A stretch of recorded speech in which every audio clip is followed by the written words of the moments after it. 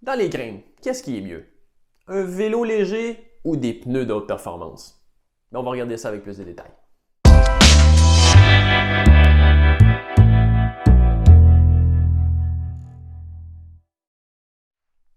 Re-bienvenue dans les capsules du coin du geek et si vous ne voulez pas manquer les prochains épisodes, je vous invite à aimer la page Facebook de Vélomag et aussi ma page Facebook personnelle Martin Turgeon Service Cycliste si vous voulez encore plus de contenu. Aujourd'hui, on fait un peu une continuité par rapport à la dernière capsule où ce que là on parlait justement de l'aérodynamisme d'une roue par rapport à la résistance au roulement d'un pneu. Mais ça, c'était plus sur le plat. Là, on va un peu comparer la qualité d'un pneu par rapport à la masse sur le vélo.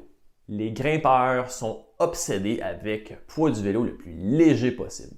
Mais si je vous disais aussi que d'augmenter la qualité de ces pneus, on peut calculer c'est quoi son équivalence, dans le fond, en termes de perte de poids. Donc vraiment, changer pour un pneu plus performant, c'est l'équivalent de sauver combien de grammes de masse? Ce qui est le fun avec ça, c'est qu'avec les données indépendantes du site web bicyclerollingresistance.com, on peut modéliser et calculer ces différences-là en ayant vraiment des données objectives, puis en éliminant, puis en isolant toutes les autres variables. Et voilà ce que ça donne. Donc, on part avec notre scénario 1, celui qui, on le sait, va faire la plus grande différence. On passe vraiment un peu d'un extrême à l'autre. On part du Gator Skin avec un tube au butyl à l'intérieur, une chambre à air au butyl, et on va le comparer avec un Grand Prix 5000 en version tubeless. Donc, si on a des Gator Skin et qu'on monte, on upgrade dans le fond à des Grand Prix 5000 tubeless, c'est l'équivalent dans le fond de si on gardait nos Gator Skin ou qu'on avait une perte au niveau du poids du vélo ou de la masse dans le fond totale, équivalente à quoi? Si on regarde pour une pente de 5%, upgrader à des Grand Prix 5000, c'est l'équivalent de perdre 4,8 kg, puis en une pente de 10%, c'est l'équivalent de 2,6 kg de masse totale. C'est énorme. Évidemment, là, on parle de deux pneus qui sont un peu aux opposés du spectre de la résistance au roulement. Le Grand Prix 5000 Tubeless, c'est de loin un des pneus avec les plus basses résistantes, un des pneus les plus performants, tandis que le Gator Skin, c'est à l'autre extrême, un des pneus qui a la plus haute résistance au roulement, un des pneus les plus lents. Donc, on va continuer justement juste dans des comparaisons peut-être un peu moins extrêmes. Disons que vous aviez, un pneu qui était, là, déjà quelques années, là, pas si longtemps que ça, un peu le standard, un des pneus les plus populaires, le Grand Prix 4000S, avec un tube, donc une chambre à air au butyl à l'intérieur. Et vous vous demandez, est-ce que ça vaut la peine pour moi de changer pour un Grand Prix 5000 tubeless?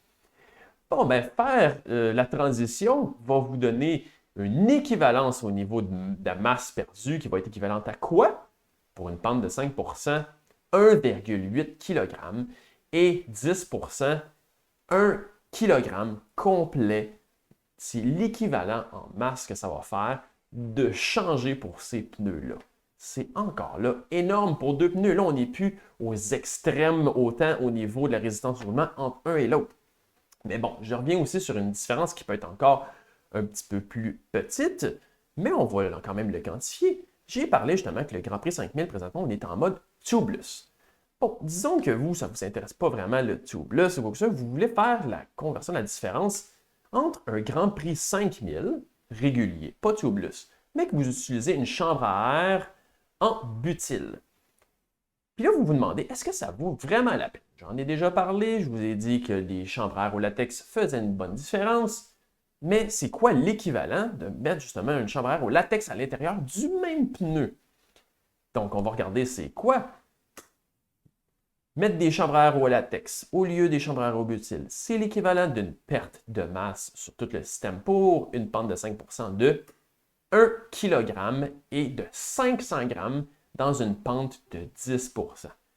Tout ça, je veux dire, 500 g dans une pente de 10%, on s'entend, 500 g, ça va vous coûter plusieurs centaines, voire milliers de dollars au niveau des câbles, des composantes pour sauver 500 g, alors que vous pourriez avoir un équivalent en termes de performance, en termes d'équivalence de poids perdu, juste en changeant pour des tubes, une paire de tubes au latex. Est-ce que vous êtes surpris des différences? Est-ce que la prochaine fois, vous allez regarder vos pneus avant de dépenser plusieurs centaines ou milliers de dollars pour sauver quelques grammes sur vos roues, votre cadre? Dans la prochaine capsule, on va encore là rester un petit peu sur le sujet.